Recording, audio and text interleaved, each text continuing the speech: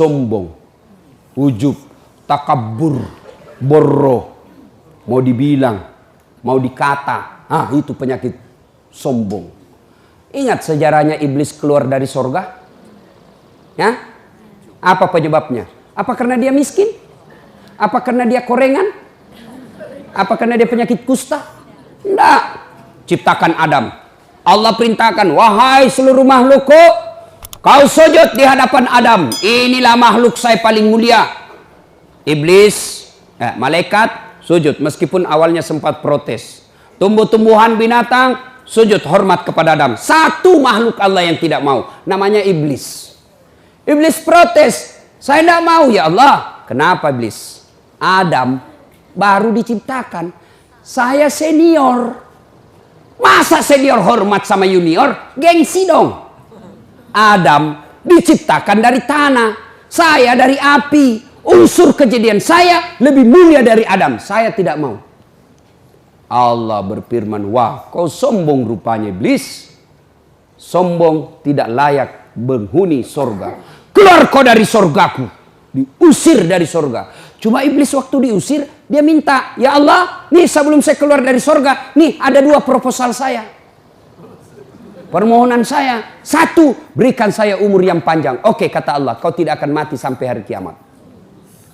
Kata iblis itu beranak pinak. Andai kita ketemu sama dunia, Pak, ini ada banyak di sini kita, Pak. Cuma karena dunia kita beda, maka tidak ketemu. Tapi di sini dia lihat kita ini, Pak. Oh ini nih sasaran saya nanti nih. Pulang ini saya goda lagi nih supaya goda ini. Nah itu cuma tidak dilihat. Tuh. Yang kedua kata iblis, permohonan saya yang kedua, berikan saya skill, kemampuan, kehebatan untuk menggoda anak cucunya Adam. Gara-gara Adam saya diusir, maka saya akan melakukan perang sepanjang hidup saya. Itu iblis. Kata Allah, silakan. Kecuali orang yang lemah imannya kau bisa goda. Keluar iblis.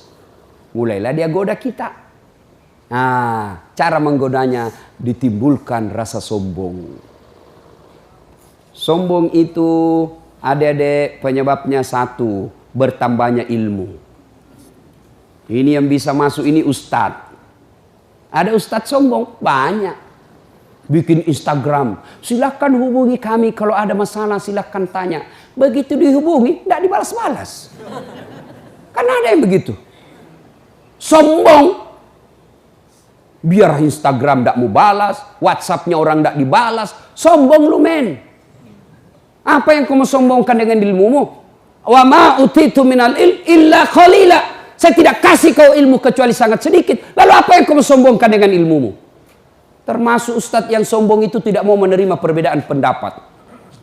Hanya dia yang benar. Pokoknya kalau tidak sesuai kajiannya salah, sesat. Kayak dia ajak panitia hari kiamat. Ini yang boleh masuk surga, ini yang tidak. Memang kau Tuhan. Kalau kau mau jadi penceramah, jangan salah benar. Kau jadi qadhi, jadi hakim. Penceramah ngajak, sampaikan semua pendapat orang. Jangan kau memponis. Maulid bid'ah. Salawat bersama berjamaah bid'ah. Isra Mi'raj bid'ah. Taksiyah bid'ah. Jabat tangan selesai salat bid'ah. Doa bersama bid'ah. Kenapa bid'ah? Tidak ada pada zaman Nabi. Tidak ada pada zaman Nabi. Bid'ah, sesat masuk neraka. Masa gara-gara dengar ceramah begini kau bilang kita masuk neraka? Nenekmu punya neraka? Masih masuk kita juga sorga. Kan luas itu sorga. Muat semua kita di sini. Kalau alasanmu tidak ada pada zaman Nabi, kau ceramah jangan pakai mic. Kan tidak ada pada zaman Nabi. Ayo kita ceramah. Tidak boleh pakai mic. Karena mic tidak ada pada zaman Nabi. Mana? Beda ini, beda. Tidak boleh pakai mic. Tidak boleh. Apa? Mana caranya? Makanya. Ayo. Teman-teman pemuda hijrah. Allah sudah menyambut kedatanganmu. Tapi Allah tidak senang kalian sombong. Mentang-mentang hijrah. Yang tidak sepaham dengan dia sesat. Belajar agamanya baru 6 bulan. Itu pun melalui YouTube. Instagram. Baru 2 menit habis kuotanya. Paham agama setengah-setengah. Saya dimaki-maki di Facebook. Di wall saya. Ini Ustadz. Ngaku-ngaku sunnah. Ngaku-ngaku narakan sunnah. Kau tidak pelihara sunnah. Kenapa kau bilang saya tidak pelihara sunnah? Buktinya kau tidak pelihara jenggot. Ya mau diapa kalau tidak mau tumbuh? Gara-gara jenggot dia marah-marah sama saya. Saya sudah kasih minyak malah gatal. Dia bilang istri saya, bau betul itu kau punya mulut. Bukan mulut, minyaknya. Sudah, ya. Ada. Semua dianggap salah. Adalah yang paling enak beragama itu Pak. Yuk yakin begitu, laksanakan itu yang kau punya keyakinan. Jangan kau salahkan saya. Saya selalu pakai istilah untuk menuju Allah itu 10 kau dapat dari mana? Untuk datang kepada Allah, lagu Roma Irama, banyak jalan menuju Roma. Ya? Kalau saya, jangan memahami dekat dengan Allah itu, jangan pertanyaannya 10 tambah 10 sama dengan berapa? Pasti jawabannya hanya 1. 10 tambah 10 sama dengan berapa? 20. Tidak bisa pilihan lain. Tapi cara mendekati Allah itu 20 kau dapat dari mana? Boleh 10 tambah 10, boleh 21 kurang 1, boleh 19 tambah 1, boleh 15 tambah 5. Ah, ini enaknya kalau kita begini. Ini hanya dia yang mau benar, semua salah. Ya, jangan sombong. Apa yang kau sombongkan dengan ilmu? Ada orang banyak betul ilmunya, Allah marah, mulai dikasih pikun. Pikun tidak ada obatnya. Selama ini dia mengajar, diprotes sama istrinya. Pak, biasanya kalau kau mau mengajar, kau cium-cium jidatku. Ini sudah hampir 2 minggu tidak pernah kau cium saya. Langsung dia bilang suaminya, astagfirullah. Berarti siapa aku cium selama ini? Ternyata pembantunya. Apa kau mensombong? Pikun kau tidak bisa bedakan istri pembantu. Jangan juga modus. Teman-teman pulang dengar ceramah ini, besok dia masuk kamar pembantu. Didapat sama istrinya, kukira kamu sayang. Jangan sombong dengan ilmu. Ya, pintu masuknya setan sombong. Yang kedua, apa penyebab sombong? Bertambahnya pangkat jabatan. Kan sombong. Anggota DPR, jangan sombong. Kau jadi anggota DPR karena rakyat memilihmu. Jadi bupati, jangan sombong. Kau jadi bupati karena rakyat milih. Tidak pilih, wabillahi taufiq wal hidayah. Keluar kau jadi rakyat biasa. Apalagi menyebabkan orang sombong? Bertambahnya harta. Jangan sombong, nanti kau seperti Qarun. Banyak duitnya. Takabur, tenggelamkan oleh Allah. Belajar dari Palu, belajar dari Donggala, Aceh, sekejap saja hancur. Jangan sombong. Apalagi membuat orang sombong? Bertambahnya ibadah. Yang tadinya malas sholat, sekarang sholatnya bagus. Bukan cuma 5 waktu, sunnahnya pun oke. Mulai sombong, jangan. Allah senang orang yang alim, tapi Allah tidak senang orang yang sombong. Puncak kesombongan, tidak mau sujud di hadapan Allah. Dalam hadits qudsi Allah jelaskan, ada 3 temannya setan di dunia. Satu di antaranya, ghaniyun mutakabbir, orang kaya yang sombong. Kaya harta sombong temannya setan. Kaya ilmu, ilmuwan sombong temannya setan. Kaya pangkat pejabat temannya setan. Tapi masih masuk akal. Orang masih, ya wajarlah dia sombong, dia wali kota. Wajarlah dia sombong, banyak duitnya. Wajar dia sombong, tinggi ilmunya. Tapi temannya setan. Masih wajar. Tapi ini sudah miskin, pengangguran, jelek mukanya, bau keteknya, sombong lagi. Bukan kau temannya setan, kau sudah jadi setan cilaka. Salatullah, salamullah ala toha rasulillah. Salatullah, salamullah ala yasin habibillah. Ibu bapak, saudara-saudara sekalian yang saya hormati. 1, teman setan itu penyakit hati, menganggap enteng sholat. 2, sombong. 3, bakil, pelit, dedekut. Orang Bugis bilang seke kikirigalla paku jambatan. Itu pelit sekali. Itu temannya setan. Ibu-ibu mau lihat pelitnya ibu? Coba kalau dia beli sayur.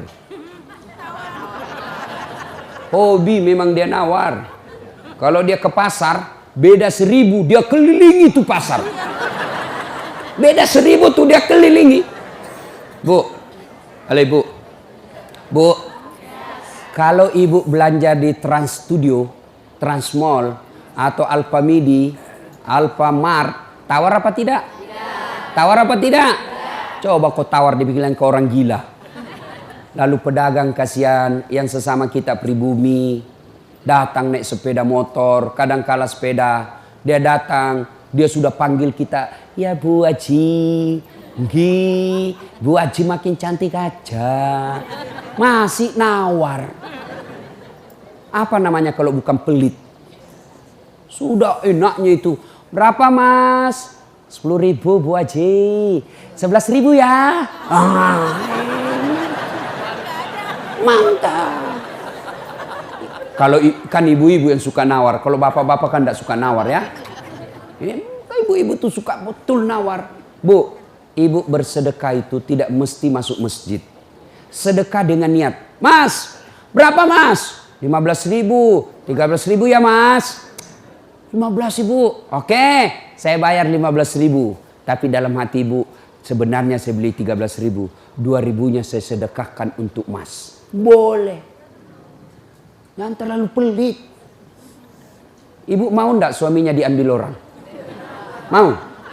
Silahkan pelit. Orang pelit itu tidak ada yang suka. Bahkan orang pelit sekalipun tidak suka sama orang pelit. Benar Pak. Begitu jeleknya itu sifat pelit, tidak ada yang suka. Coba saya tanya, bapak-bapak senang tetangga dermawan atau pelit? Ibu-ibu senang suami yang pelit atau dermawan? Senang mantu yang pelit atau dermawan? Teman-teman yang pelit atau dermawan? Dermawan, tidak ada orang suka orang pelit. Bahkan orang pelit pun tidak suka sama semuanya pelit. Jangan kau ke rumahnya, pelit dia itu. Padahal dia juga pelit. Begitu jeleknya itu sifat pelit. Demi Allah, tidak ada orang bangkrut gara-gara sedekah. Adakah pernah Bapak dengar, Mas, tuh yang di sudut rumah di komplek, tuh kaya betul dulu Ustadz. Cuma karena dia rajin sedekah, bangkrut. Ada? Tidak pernah. Biasa kita ini sangka buruk kepada Allah. Tidak mau bersedekah karena sangka buruk. Nanti saya makan apa? Nanti saya makan apa? Jangan cemas rezeki. Jangankan diambil orang. Tertukar saja tidak. Cicak aja dijamin rezekinya. Tahu cicak? Tahu? Cicak makan apa Ibu? Masuk akal enggak? Tidak masuk akal. Gimana caranya? Satu di dinding, satu terbang. Di mana ketemu? Tidak ada terminalnya. Kalau pesawat terbang, kita jalan, ada ketemunya di mana? Di bandara. Ini cicak, satu terbang, satu di dinding. Di mana ketemunya? Tapi lagu kita waktu kecil kan, cicak-cicak di dinding, diam-diam merayap, datang seekor nyamuk. Nyamuk yang datang. Nyamuk yang datang. Allah jamin rezekinya. Lagu tidak bilang cicak lompat ke nyamuk. Setengah mati cicak, kasihan. Iya kan? Itu cicak, tidak sarjana, tidak punya kursus, tidak ada kaki, tidak ada otaknya, tidak cerdas, bisa hidup. Apalagi ibu, jangan pelit. Sedekah, Allah sudah jamin rezekimu. Bu, ada suaminya mulai selingkuh. Ada? Tidak usah curhat sama tetangga, apalagi curhat di Facebook. Tak kusangka kau begitu. Pret. Beleng-beleng. Rahasia keluargamu kau ungkap di Facebook. Begitu mulai, Bu, ciri-ciri laki-laki yang sudah mulai lain-lainnya. Kalau yang selama ini tidak pernah pakai sisir keluar, tiba-tiba rapi. Tidak pernah pakai parfum, tiba-tiba beli parfum malaikat subuh. Yang tadinya keluar rumah tidak pernah pakai setrikaan, langsung rapi.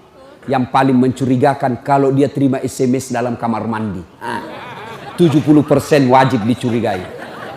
Kalau sudah begitu ibu tidak usah curhat sama tetangga. Lebih curhat kepada Allah. Bangun ibu sholat hajat. Lakukan sampai 8 rakaat. Setiap 2 rakaat di sujud terakhirmu kau berdoa kepada Allah. Ya Allah, engkau yang membolak-balikkan rasa cinta dalam hati suamiku. Tidak mungkin aku bisa mengendalikan cintanya. Ya Allah, tidak mungkin aku jaga dia 24 jam. Engkau yang maha menjaga ya Allah. Ya Allah, pelihara suamiku dari godaan perempuan lain. Ini ada duit saya 500.000. Saya tolak bala besok ke panti asuhan. Mudah-mudahan 500.000 suamiku terhindar dari wanita jahat. Bismillah. Coba amalkan itu, Bu. selesaikan. Yang jadi masalah kalau suaminya juga sudah tahu rumusnya. Dia bangun juga sholat tahajud. Dia bangun pula sholat hajat. Istrinya sebelah, kamar sebelah. Suaminya kamar sebelah. Ya Allah, capek sudah saya lihat istri saya, ya Allah. Ngamuk aja kerjanya. Marah-marah aja. Berat badannya juga makin tambah, ya Allah. Nggak tahu dilihat dari mana dia seksi. Ya Allah, ini ada duit saya 500.000. Tolak bala, ya Allah. Mudah-mudahan istriku ikhlas saya kawin lagi. Bingung malaikat yang mana nih? Jangan pelit. Demi Allah, tidak ada orang bangkrut gara-gara sedekah. Saya kasih contoh. Tanggal 4 kemarin, sehari sebelum lebaran. Ya, tanggal 3 malam. Ada anak-anak usia 19 tahun. Bapaknya Flores, mamanya Toraja, Kristen. Karena sering dengar ceramah saya di YouTube, akhirnya dia memutuskan diri masuk Islam. Desember kemarin. 19 tahun. Tanggal 3 malam, dia DM ke saya di Instagram. Ustadz, saya ini dicerita cara mualafnya. Kemudian besok sudah mau lebaran, saya belum punya baju baru, Ustadz. Saya lihat Ustadz ini bagus-bagus bajunya. Di mana belinya, Ustadz? Saya bilang sebenarnya baju saya tidak dibeli, bikin sendiri. Tapi yang lebih sebenarnya lagi, bukan baju yang bagus, saya yang gagah. Ya, sudahlah. Saya butuh baju lebaran. Saya bilang, kau datanglah ke rumah saya. Saya sediakan kau pilih bajuku yang kau suka. Dia pakai tongkat, turun dari taksi. Wih, kasihan saya. Kenapa kakimu, Dek? Ternyata diamputasi kakinya. Dia singgah sholat asar, ditabrak mobil. Saya bilang, berat betul hidupnya ini anak. Diusir dari orang tuanya, Pak. Diusir, sekarang tinggal di masjid. Tidak disetujui, hanya dia sendiri masuk Islam. Diusir. Bilang, kenapa kakimu? Saya cerita. Sedih saya, sempat berkaca. Jangan sedih, Ustaz. Ini tidak ada artinya nih kaki ketimbang iman saya kepada Allah. Luar biasa, 19 tahun. Saya ambil baju saya yang paling bagus. Kau pilih ini, Dek. Mana kau suka? Bener, diambil yang paling bagus. Sempat juga saya nyesal. Sudah, karena saya buru-buru ke bandara, saya mau pergi khutbah. Ya, ini Dek, aku ambil 1 juta. Sudah, kembalilah dia, naik Grab lagi. Sudah, perjalanan saya ke bandara, masuk WhatsApp. Tik, tik, tik, tik. Ustadz, berapa nomor rekeningnya? Di papan. Dalam hati saya bilang, kenapa lagi Pak? Ada apa? Padahal dalam hatiku, segeralah. Kirimlah nomor rekening. Masih di atas mobil, masuk. Tik, tik, tik, tik. Masuk, berapa transferan masuk? 30 juta. Tadi keluar 1 juta. Tidak cukup sampai situ. Allah balas lebih banyak. Sampai di airport, bandara, depan pintu 7 nunggu saya keberangkatan. Tiba-tiba ada ibu-ibu lari. Bawa amplop. Ustadz, tunggu dulu Ustadz. Apa? Ini dalam hatiku. Ada apa lagi? Padahal cepat sudah. Ini ada ternyata ada fans saya, dia lihat saya di bandara, dia mau kasih, tapi coba buru-buru mau masuk bandara, dikasih saya melalui itu ibu, nih ada Ustadz titipan dari ini, oke, saya buka, berapa isinya? 10 juta. Kenapa ibu miskin? Karena ibu malas bersedekah, selalu berkeyakinan saya miskin, maka Allah ana inda sanni abdibi, saya tergantung sangkanya hambaku, kalau kau sangka tidak mampu, maka kau kasih tidak mampu. Sedekah ibu. Allah tidak lihat 1 jutanya, Allah tidak lihat 100.000-nya. Yang Allah mau nilai, kamu sedekah enggak 1 hari ini? Jangan pernah lewatkan maghrib tanpa sedekah di hari itu. Coba amalkan. Coba. Kenapa kita tidak bisa umroh? Karena selalu yakin saya tidak mampu. Maka Allah, ya sudah kau yakin tidak mampu. Sedekah. Pulang ini kau sedekah sama tetanggamu. Cari orang miskin. Cari janda-janda tua. Tidak usah janda muda, banyak yang bisa selamatkan. Jelas? Salatullah, salamullah, ala toha rasulillah. Salatullah, salamullah, ala yasin habibillah. Nah, sudah banyak sebenarnya penyakit hati, tapi waktu yang terbatas. Saya cuma bilang waktu yang terbatas. Saya ada acara di Bandung ibu jam 10. Saya ini orang kampung. Saya tidak tahu Bogor ke Bandung jauh. Saya pikirnya 1 jam. Inilah kalau kita pakai pulsa lokal. Saya orang kampung, tidak tahu saya. Oh ternyata jauh. Nah, saya harus segera selesaikan. Insya Allah kalau panitia ngundang saya lagi ke sini, saya datang lagi insya Allah ya. Nah, ini penyakit hati. Sekarang gimana cara mengobatinya? Ala bizikrillahi tatma'innul qulub. Ketahuilah dengan berzikir mengingat kepadaku, maka hatimu akan jadi tenang. Jadi kalau kita punya penyakit hati, maka datang di majelis zikir Al-Ihya ini. Ini salah satu caranya. Memang ibu tidak dapat voucher. Memang ibu tidak dapat undian. Tapi apa yang ibu dapat? Ilmu. Tapi ilmu tidaklah terlalu menolong ketika ilmu itu tidak diamalkan. Amalkan yang Bapak Ibu tahu, maka Allah akan berikan ketenteraman jiwa, ketenangan hati. Kalau hati sudah tenang, itulah kekayaan kita yang paling baik. Ibu Bapak, inilah tausiah kita, mudah-mudahan ada manfaat.